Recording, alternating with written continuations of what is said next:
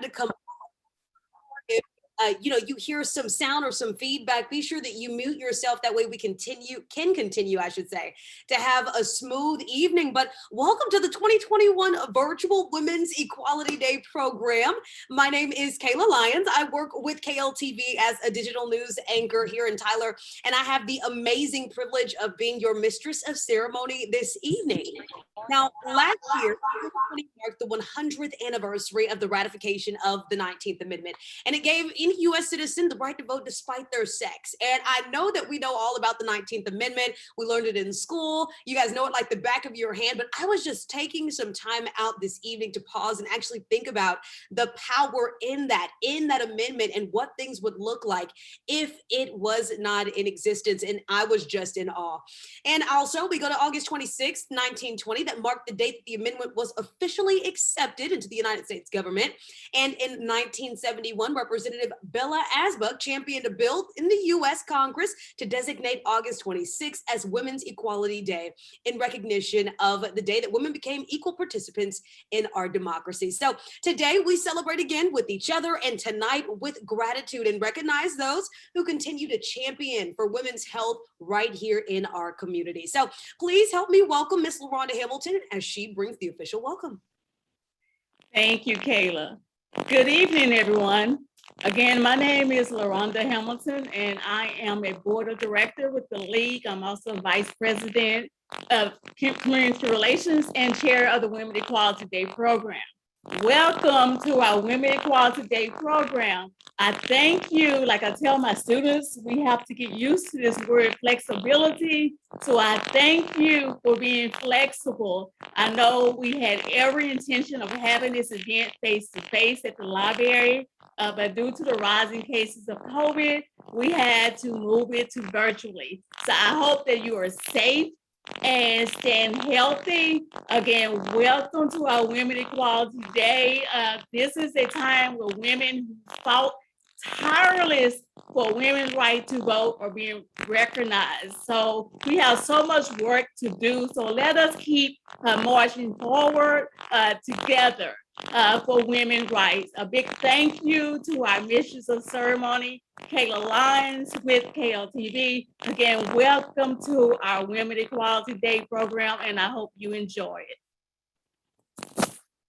Wonderful. Thank you so much, LaRonda. It is so true. Everything that you said, definitely resonating. And we want to go to our next person that's going to be happening this evening. We are going to have a song selection to kick off the evening with Miss Jessilyn Taylor. Hello, all of you beautiful women. My name is Jessilyn Edwards Taylor Yarber. I saw that one of our speakers has the same name as me. It's an honor to be with you and to bless you with the song, and I hope you enjoy. Progress.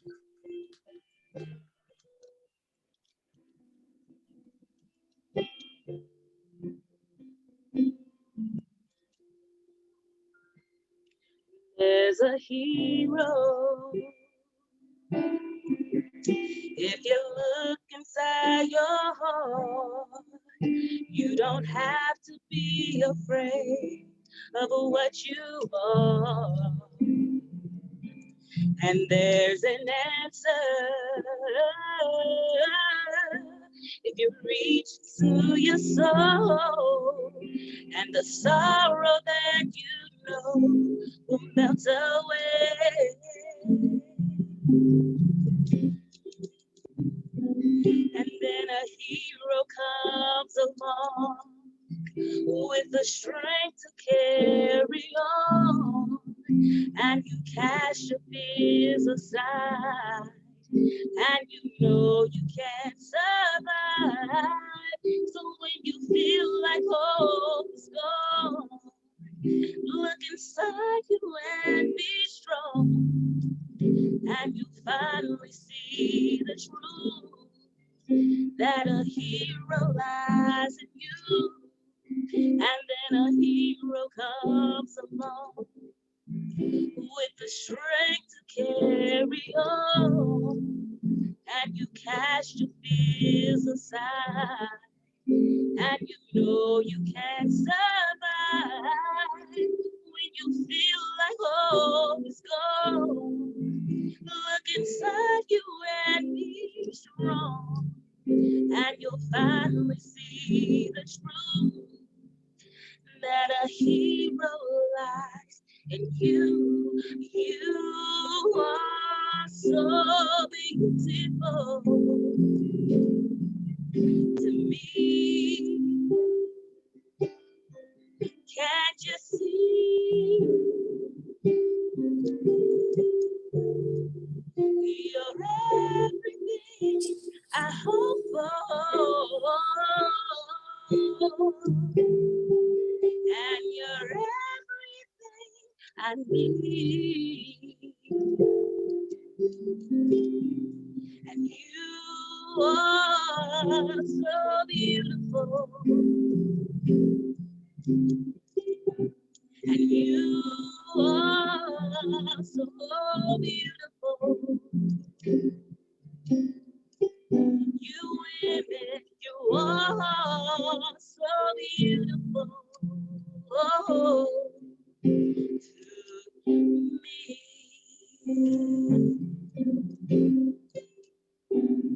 Thank you all for letting me share with you. Oh my goodness, the talent. Oh, you took us just, my soul was like, oh, I needed that. Yes, thank you so much. We appreciate you sharing your talents and your gifts with us, Ms. Taylor. It was much appreciated.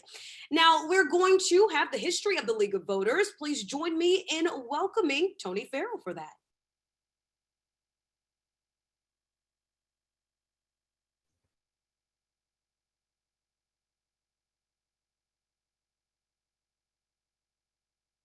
Sorry, I'm having wonky Wi-Fi. I'm going to wave at everybody so you know I'm really here. And then I'm going to put the little bird back up because I'm told that'll make it easier for you to hear me. Let's hope that's true. Okay, I'm been asked to give you some highlights of some of the activities of the League of Women Voters of Tyler. And that is really all that I'm able to do in this short period of time. The League has been working hard for 70 years in Tyler and East Texas now. I myself have been a member for 50 years. So I remember some of these things, and some of these things I just have learned about them as a longtime League member. The League of Women Voters of Tyler was formed as a result of outreach from the League of Women Voters of Texas that was then headquartered in Dallas. At that time, there wasn't a state league office like we have today, and the headquarters moved with the president of the league for a good period of time. In fact, it was still that was still the way things were being done when I joined the league. But it was a goal of the League of Women Voters of Texas, and always has been, to be sensitive to the state and the activities of small towns around Texas and where women were demonstrating an interest in political issues. And it was their goal to start as many local leagues as possible. So they came to Tyler in 1950 as a part of their effort to start local leagues. And within a year, by 1951, the League of Women Voters of Tyler was recognized and became an integral part of the national and state leagues. The first president of the League of Women Voters of Tyler was Mrs. Ella Mae Swinson. And Mrs. Swinson went on to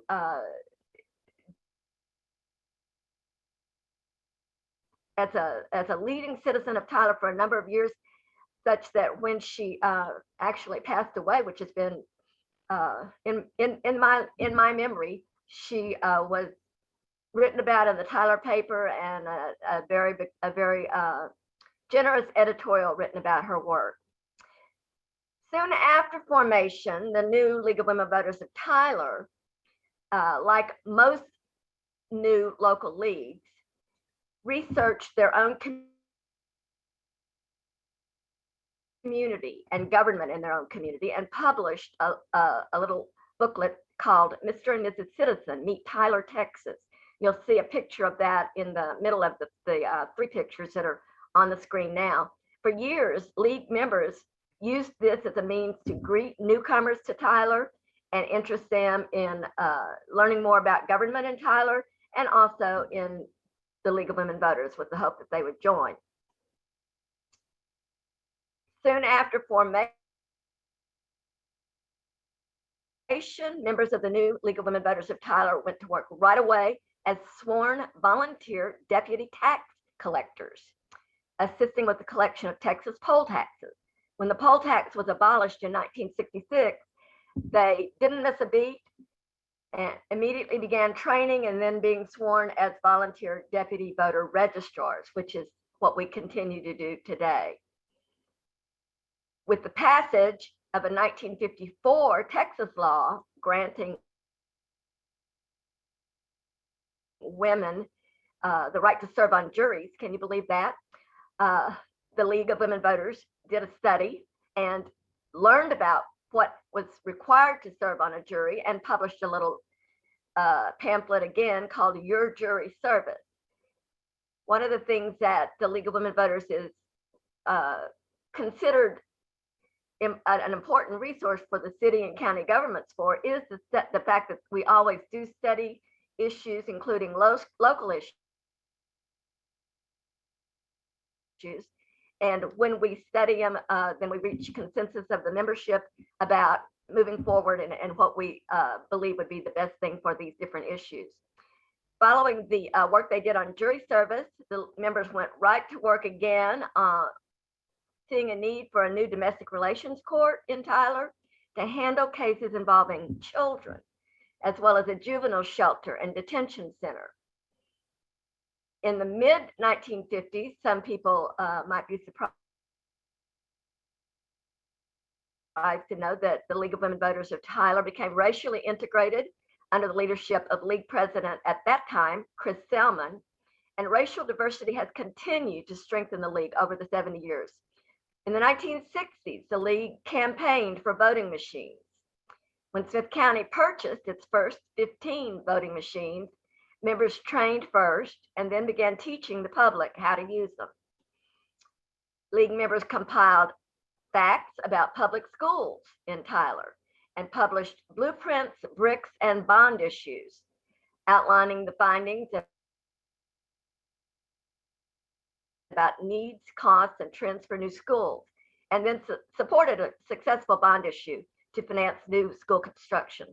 In the 1970s, which is when I joined, the Tyler League opened its membership to men, and the first two members were actually spouses of League members at that time.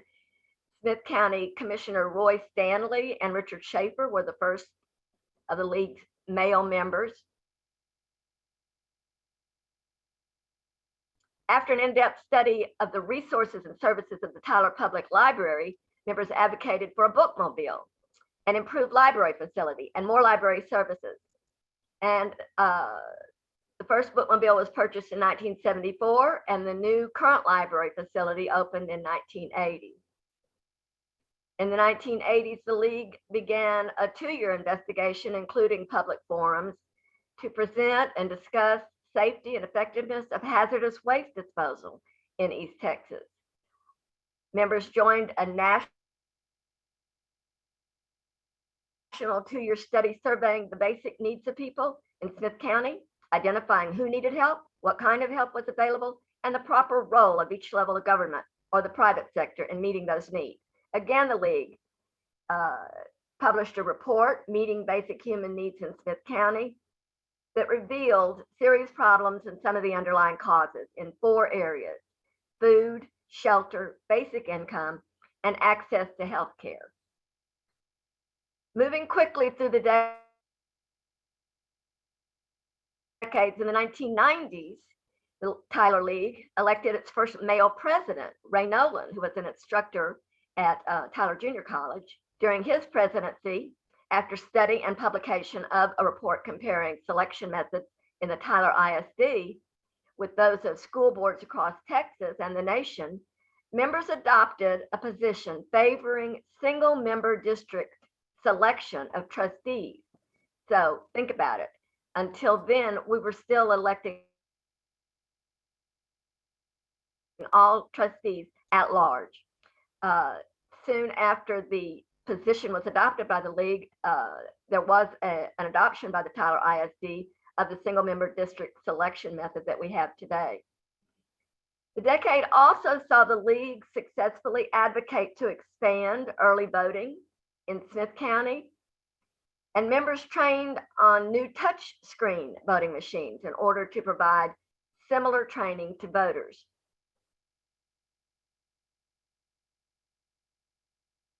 In the 2000s, in cooperation with the Tyler Public Library, with whom we've had an ongoing wonderful partnership, and the Tyler American Association of University Women, the Tyler League sponsors Great Decisions Foreign Policy Discussions series at the Tyler Public Library with historically high community participation.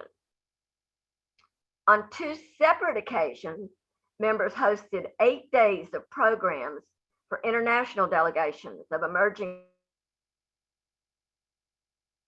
leaders from Russia and Kazakhstan to provide them an overview of the relationships among the executive, legislative, and judicial branches of government, the business and civic communities and government, and individual citizens in government.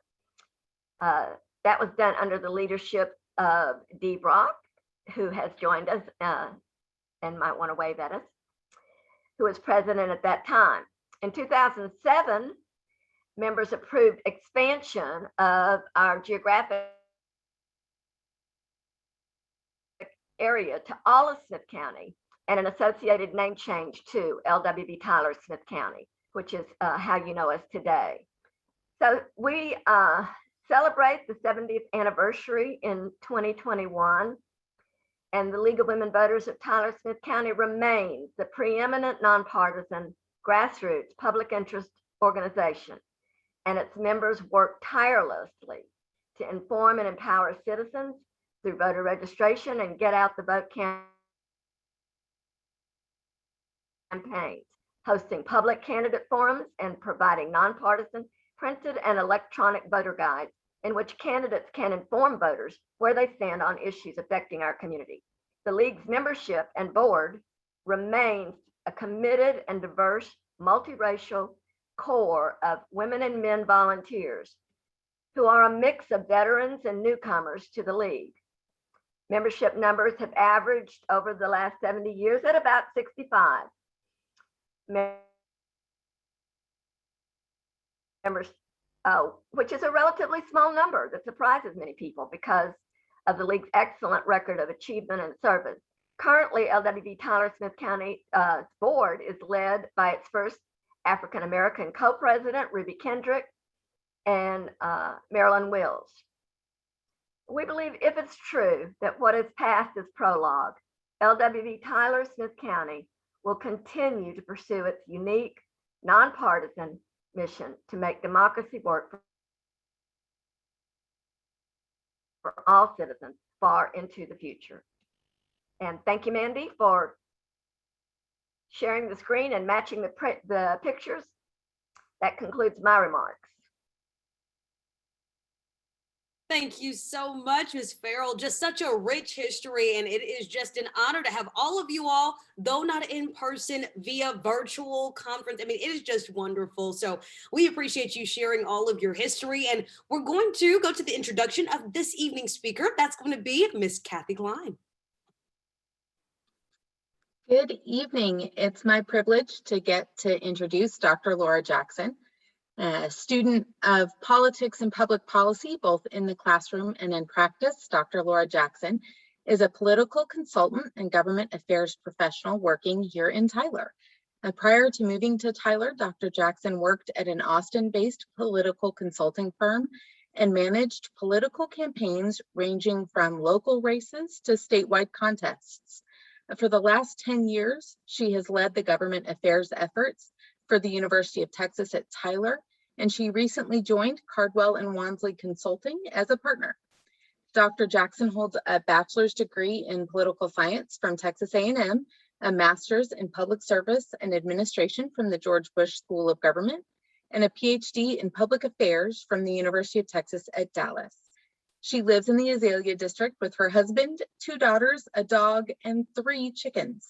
And it's my pleasure to get to introduce her. Thank you, Dr. Jackson, and the floor is yours. All right, thank you very much. I am attempting to share my screen right now. There we go.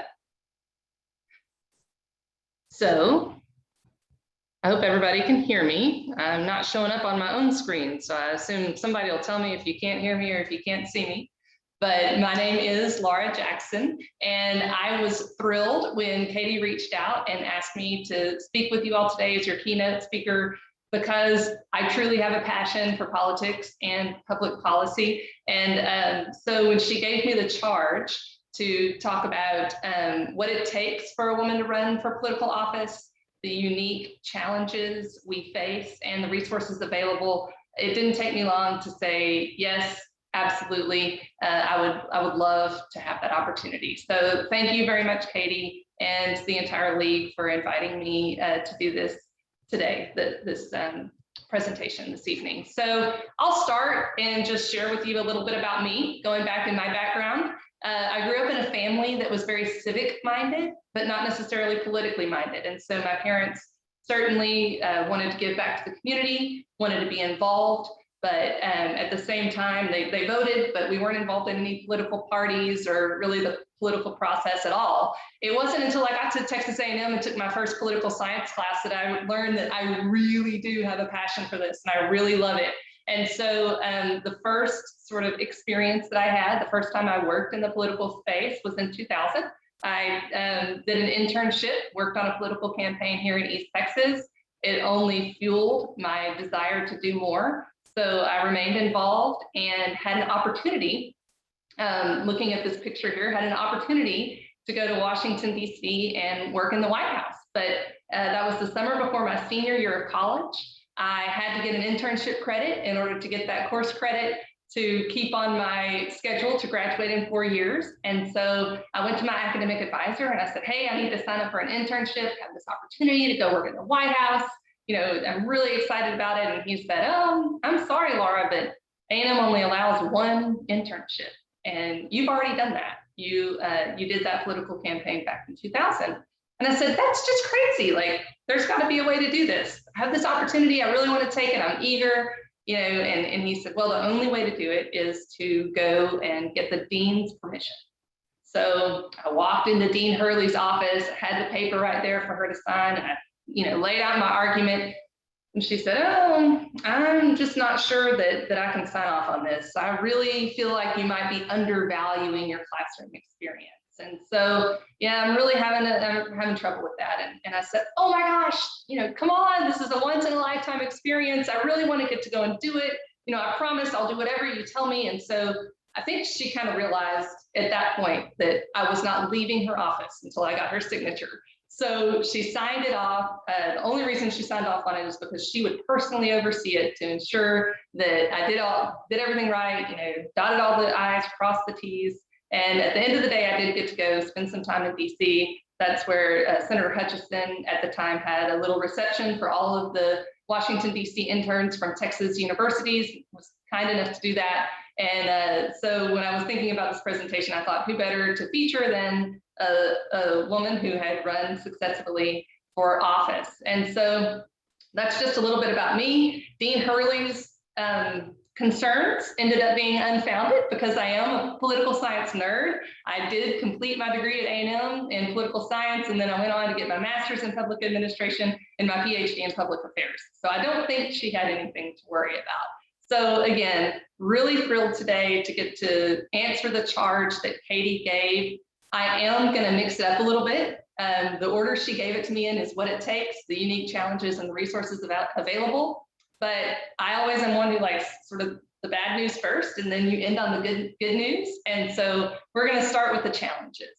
So going back to my sort of nerdy scholarly self. When I got to work on this presentation, I went straight to peer-reviewed academic journals to see, when people have studied women in politics and women being elected officials, what did they find? And so the first thing is there really a problem? Is there really a challenge for women? So I went to look at how many women are elected to public office. So starting at the federal level, you can see here that the gray line at the bottom is your United States Senate. The yellow line is the House of Representatives, and the blue line is the two combined. When you look at that, of the 435 members of the United States House of Representatives, only 27.4% are female, and that's a high. That's 2021 is the end of that blue line, is the top of that yellow line, and that is the high over the course of history.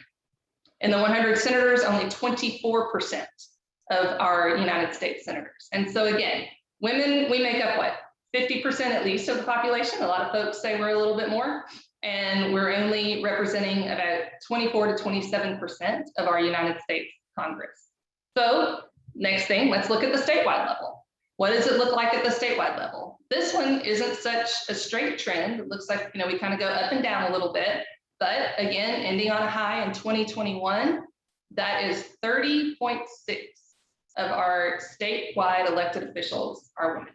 Again, we have 50% of the population and 30.6 of representation at our statewide elected office holder level. If you drill down to governor, we currently have 8 female governors in the United States, 8 out of 50.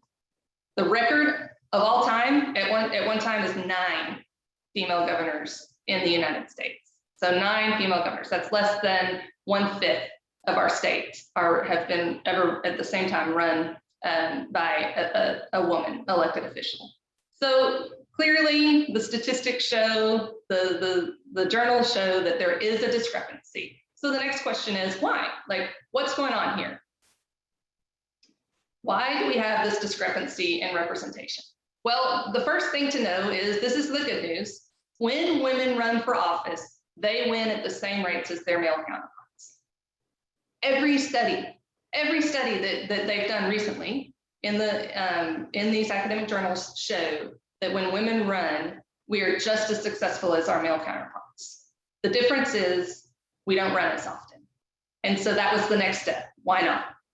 Well, first of all, we do face some structural barriers. And so you go back to our graphs here, you can see that if 70%, roughly 70% of the current office holders or the incumbents are male, well, then it's going to take them retiring or resigning to open up that spot for a woman to run, because it's, the incumbency advantage is very real. It is very, very difficult to take on an incumbent and win. So that's one thing. The second thing is the proportion of women in what they call pipeline professions. And so the thing I always think about with this is that, so John Sharp is the chancellor of the Texas A&M University system. As chancellor, he recently led the effort for Texas A&M to acquire a law school. And when folks asked him, like, Sharp, what are you doing? Why do you really want this law school? He said, well, everybody knows that the majority of the Texas legislature are lawyers. And I'm tired of these UT lawyers telling us and the rest of the state what we have to do. So I want some Aggie lawyers down there making some of the laws that we all have to live with. So he went out and he acquired a law school. John Sharp, he was onto something. If we have fewer women in pipeline professions like the legal profession, then you're going to have fewer women who have the flexibility and the opportunity to hold elective office. And then the last thing, and if we were live in the Tyler Public Library right now, I think I would have to duck because I would be worried about the Rotten Tomatoes flying at me. But the last thing that they show is lower levels of political ambition. And I do have an asterisk beside that one because we're going to come back and talk about it a little bit more later. Obviously, I'm in a virtual room with a lot of women who have some level of political ambition because you're here tonight and you've given your time and your talents to this organization. So before we get to that next slide, one last thing that the folks who have studied and researched this topic have found is that women have to be better than their male counterparts to win. And that's because when a woman runs, usually there are more people in the primary. So they face a contested primary with more candidates than their male counterparts do on a statistically significant level. So that's one thing. And so that's kind of a badge of honor, I think, to me, is we're better when we do reach that pinnacle, when we do get elected. We've gone through more, and we have to prove ourselves better whenever we get elected. So why don't women run for office? That bullet that said that women have lower levels of political ambition, what does that really mean? Well, some researchers have gone out and surveyed women and men and talked about their attitudes toward running for office. And what they found is that women consider more factors when making that decision. And men, on the other hand, just feel more freedom to go out and launch their candidacy. So, I think about it personally. If somebody came to me and said, Laura, so-and-so's retiring and you'd be great. You ought to think about that. You love politics. This is a personal passion of yours. You ought to go run. Well, I'm going to think, how's that going to affect my family? Am I still going to be able to give 100% at work if I did this? I really enjoy traveling. Am I going to feel like I'm, sort of stuck here, need to be here to be available to the constituents if I do this? And do I really want, when I'm walking through the grocery store, for everybody to come up to me and start telling me their problems or asking me questions? That's what I do when I see my mayor or my city council member or my school board member. So all of these things are going to kind of go through my head before I make the decision. Whereas what the surveys show is a man is just going to say, yeah, that sounds like fun, sign me up. The second thing is women are less likely to view themselves as qualified. And so I am by no means a psychology researcher, but I did read one article one time. And so it's kind of like staying at a Holiday Inn Express. I read one article and it said, when a woman sees a job posting, she's going to go through all of the qualifications and she's going to want to hit them out of the park and before she would be willing to apply for that job. When a man sees those qualifications, he's going to say, I've never really done that, but I could. And he's going to go ahead and apply. And that's just the way that they approach it. So again, don't consider myself an expert at that, but I will say that the survey research of women and men attempting to run for office shows that women view themselves as less qualified. And then the last thing is that women are less likely to receive encouragement to run. So we talk about that incumbency advantage. Well, when that incumbent decides that he's going to resign or retire, chances are folks are going to go to a man and say, hey, you really ought to consider running for, state rep, or you really ought to consider running for mayor, as opposed to a woman, or at least if they do approach a woman, the woman doesn't hear it in the same way. So that's what the research says. This isn't my experience. I did try to just find research that have been peer reviewed and reputable to share with you all today. So now that we kind of know what the challenges are, we know where we've been historically, we know that we're sort of on the upswing, but it's still going to take more to get from that 30% mark up to that 50% mark if we're going to have real parity. Then we need to know, what does it take? If you want to run for office, what do you need? What tools do you need in your toolbox to be successful? And the first one is passion. There are two ways to run a political campaign. You run scared or you don't run. So if you're going to do it, you better know why you want to do it, and you better really, really want it. It is going to be hundreds or thousands of hours poured into this election. And I speak on this both as a political consultant and campaign manager, and as the wife of somebody who's run for office twice. It is hard work. You're going to be up late at night stuffing envelopes and putting stamps on them. You are going to be spending your evenings not with your family sitting around the dinner table, but out at the gala or the benefit or the meeting where you're going to be meeting with constituents. Saturday afternoon, you're not going to have that opportunity to go down to the awesome Tyler Public Library and kind of sit in a nook and read a book, but instead you're going to be out knocking on doors, talking to voters. And so it's going to be a ton of your time and your energy and your pocketbook going toward this. And so you've got to have the passion. You've got to know what your payout is. The second thing is you've got to balance that passion with practicality. And by that, I mean, you have to know the voters and you have to live in reality. The best example I can give of this is Ralph Nader. And so Ralph Nader ran for president, oh gosh, over a decade ago. I don't think Ralph Nader ever thought that he was going to be the president. I don't think he ever thought he was going to win the election, but he felt so passionately about the issues that he thought were important that he wanted those issues to have a national stage. And so he did. He put in the time and he put in the effort, knowing that the payout was never going to be to get elected, but that the payout was going to be that his issues got the attention on the national stage. And so know your voters, and if your strong and passionate beliefs maybe don't align with them, just know what your goals are before you run. The second thing that you have to have is a network. I have a friend who is also a political consultant, and she will not take on a client if that client does not have a Christmas card list or a New Year's list or some list of friends that they regularly keep in touch with, because you cannot do this alone. It is something that you are going to have to rely on your friends and family and acquaintances even to help you through this. You're going to need those folks volunteering with you. You're going to need those folks talking to their friends who may not know you as well as they do, but using their sphere of influence. And you're going to need those folks to help you fundraise, because that's another key. You can't do it without resources. You can't do it without money. If you are somebody who can self-fund your campaign, please reach out to me. I would love to get to know you a little bit better, but most of us need to rely on others. And whether you're running for city council or school board or state rep or governor, it all takes resources. You've got to buy those letters, you got to buy those mailers, you got to buy that postage, you've got to buy the little push card that you hand to people whenever you meet them. All of those things cost money. So that's the other thing. You've got to have a network, and a network that can fundraise. And then the last thing is an organization. And here is where I give the shameless plug for those of us who make our living running political campaigns. There is a science of campaigning.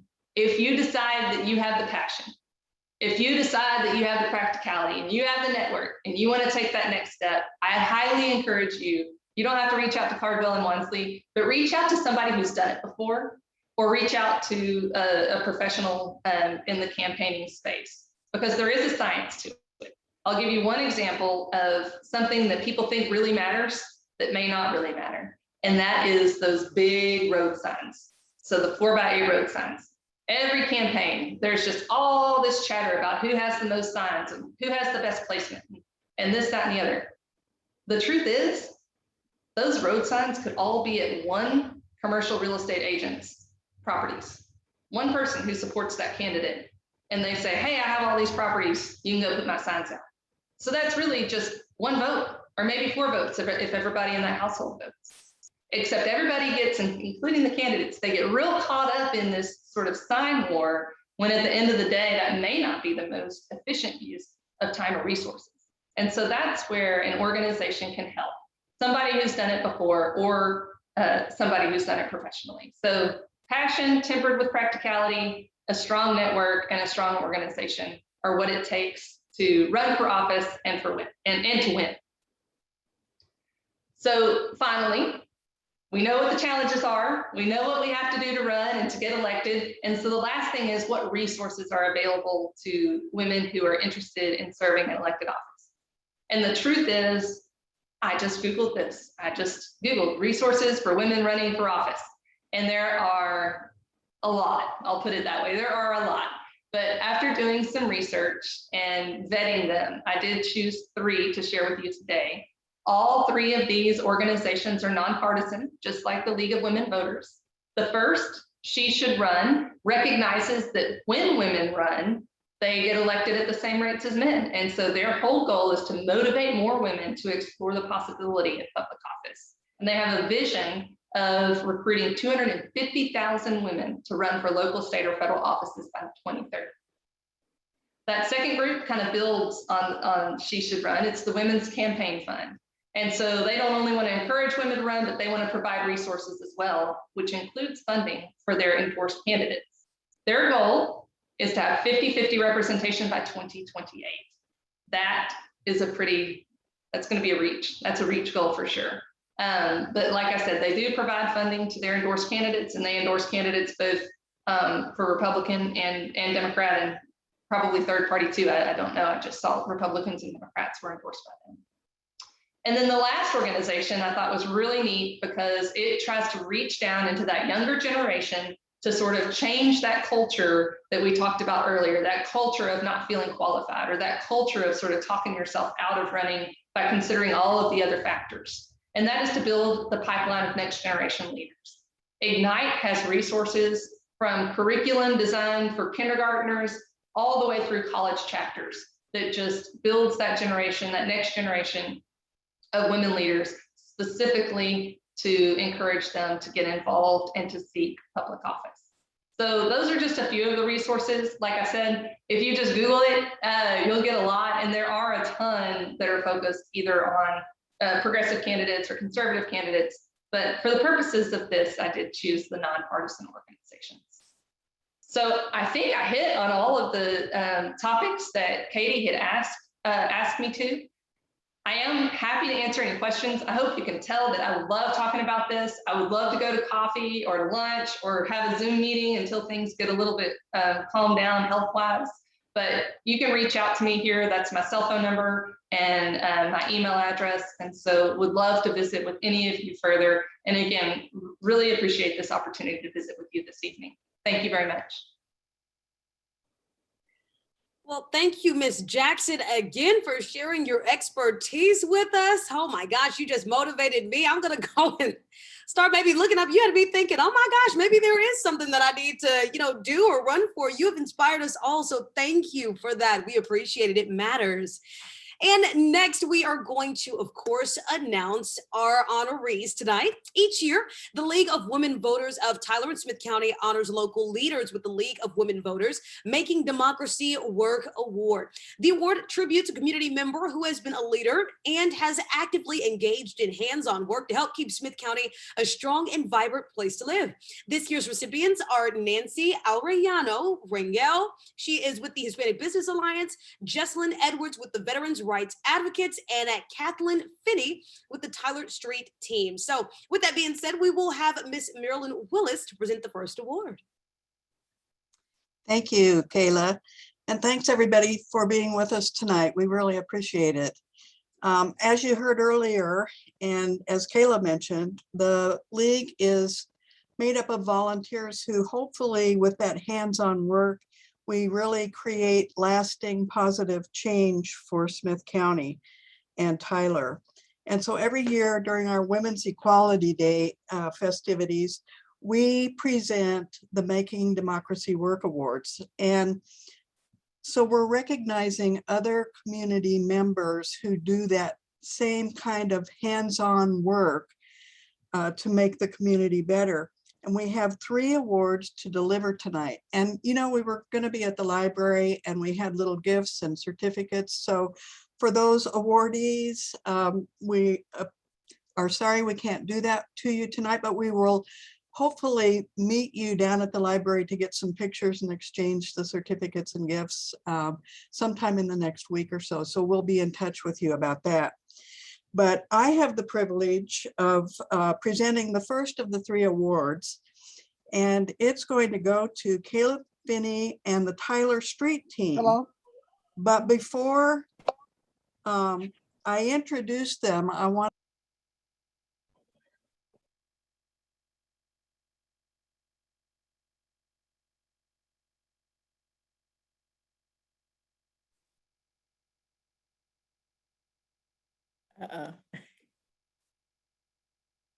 Miss Willis, I do believe that you just put yourself on mute. I didn't do anything, but I think I'm off now, aren't I? We can hear you now. Perfect. Okay, good. I don't know what happened.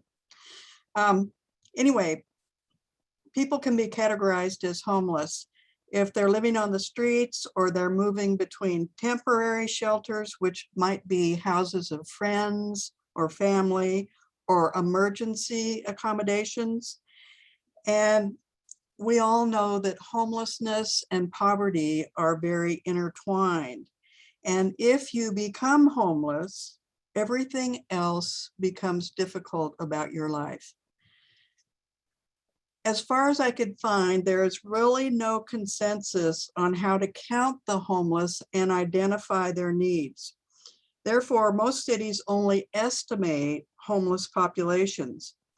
And I was unable to get statistics, current statistics for Tyler homeless, but as of January 2020, Texas has an estimated 27,229 who are experiencing homelessness on any given day. And that's as reported by HUD. Ms. Finney said 800 per year in Tyler. But I ran across a kind of thought-provoking quote from Pope Francis. These things have become the norm. That some homeless people die of cold on the streets is not news. In contrast, a 10-point drop in the stock markets of some cities is a tragedy. Think about that. Sometimes our priorities are really not what they should be. Anyway, now to the Tyler Street Team. The Tyler Street Team exists to provide emergency care for those experiencing homelessness, and they do it on location. They also connect the individuals to local resources and assist them with transportation if necessary. I looked at their mission and looked at their website, and I thought a really important part of what they do, part of their mission, is to connect and educate community and facilitate the opportunity to build those bridges between the homeless and the non-homeless citizens of our county. We are so thankful for their efforts. It is our honor and our pleasure to provide one of the 2021 Making Democracy Work Awards to the Tyler Street Team. Ms. Finney, would you like to introduce your team and say a few words?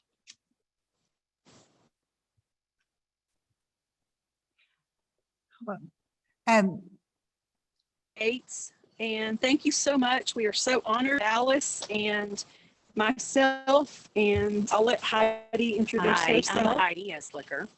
And we are actually on location as we speak. Oh, wow.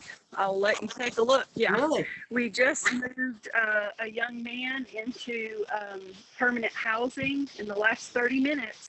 And we've been out here taking all the wonderful donations from the volunteers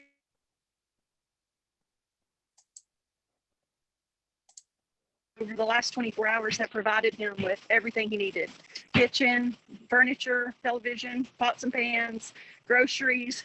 So, and as well as a donation from Path, and my screen is frozen because the battery's low. I'm getting a message that my screen is frozen, so I'm sorry about that. If you could let me know if it's frozen. Might be. Nothing we can do about it. All right. I can see you. Okay, can you hear us? Yes, Yeah. I can hear you. Okay, good. Okay, so I was just saying thank you so much. We're so honored to be recognized for this award. And we think everything that you're doing as the League of Women Voters is so awesome to educate women and to support and encourage women in continuing in their leadership roles. And we're, like I said, we're just so honored. And I'm sorry that we had to be out here wiping our sweat away. Yes, we're sitting on the hood of the car. Next time, I promise, we'll present ourselves well. Well, we're really appreciative of you doing what you do. Thank you so much. Thank you all. We appreciate y'all. Wonderful, wonderful. Out doing the work. That's what I'm talking about. That's how you know they're really about it. They are out doing some incredible things, even when they're winning awards. Wow. Now we're going to go to the next award that is going to be presented by Miss Yana Fleming.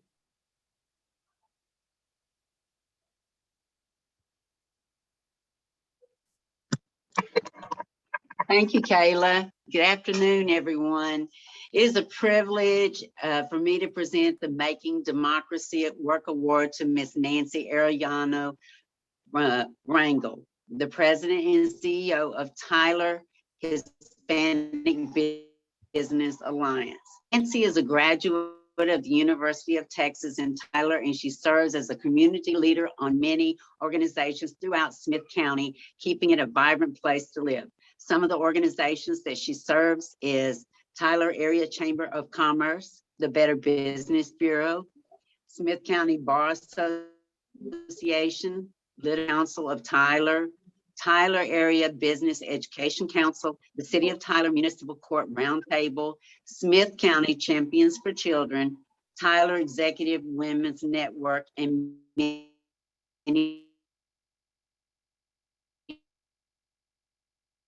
other named organizations at the state level as well.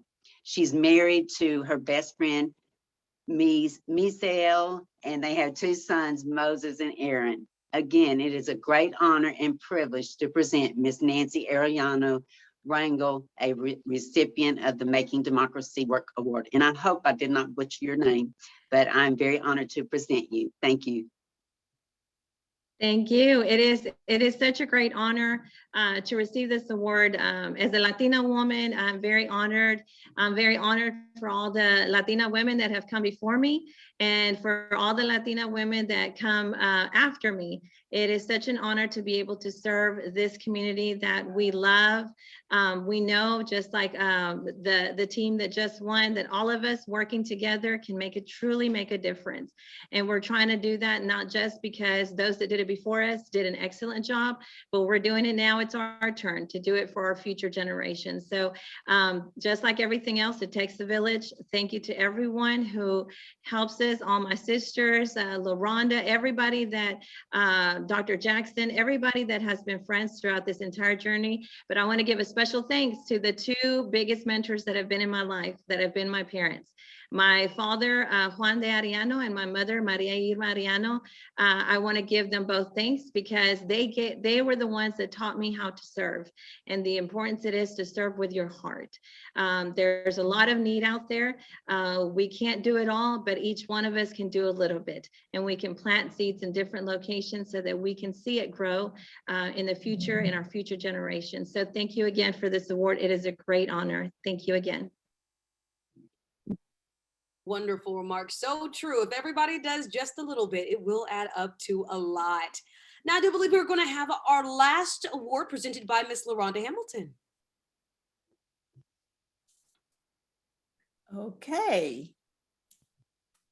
I have the privilege and the honor to present this next award to a young lady that I met when I first moved to Tyler. She has been a show of force in the community, especially in the veterans community. Miss Jessilyn Edwards. She's a licensed sales representative and a Salute Ambassador for Humanity. She is a member of Humanity's Veteran Network Resource Group and the elected Humanity Agent Council. She's a member representing East Texas. She's a member of East Texas Veterans Warrior Association, Military Peer Network Instructor, Women Veteran Committee, and a board member of the Adult Protective Services. Jessilyn graduated from Texas Christian University with a bachelor's degree in communications and a minor in English, as well as an associate's degree in health science and kinology from Tyler Junior College. She is a proud Army wife of her wonderful, loving husband, Dennis Edwards, and a proud mom of her daughter, Olivia Edwards, and her two fur babies. In her spare time, she's like reading books. She enjoys being outdoors, traveling, networking, listening, and reading books. Her mission as an agent is to help strengthen the network of the community-based resources for those aging in, currently on, or transitioning to Medicare. She specializes in assisting East Texas veterans on Medicare and helping underserved communities on Medicare qualifying for subsidy programs. She takes pride in helping managing the health and well-being of the community and members by making the healthcare experience more personal so that people can achieve their best health by inspiring lifelong well-being, creating better outcomes and fuller, happier lives. Congratulations, Ms. Jessilyn Edwards. I'm proud of you, and I happily present the Making Democracy Award to you.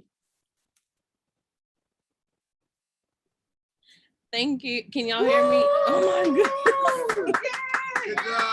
Oh my goodness. I was not expecting that. My family just ran in here in the room real quick to cheer for me. But yes, thank you. I was definitely surprised whenever I was told that I was being, given this award. Especially with me being so young. I've barely been out of college, about 4 years. So it was really an honor and a blessing. And I am truly thankful to work for Humana, which is such a great company, to where we just do a lot for the community. And just it's really inspiring to just see all of the women here that are in positions of leadership. So I'm just thankful and just to truly honor, just to know that the stuff that you already love to do is just being recognized. And so I'm definitely thankful for that. So thank you. Wonderful. And congratulations to you, Miss Edwards, and to everyone in our community that was honored tonight. And truly make a difference, and your work does not go unnoticed. And to end the evening, we will have remarks from Miss Rubye Kendricks. Good evening, and what a wonderful, wonderful evening it has been.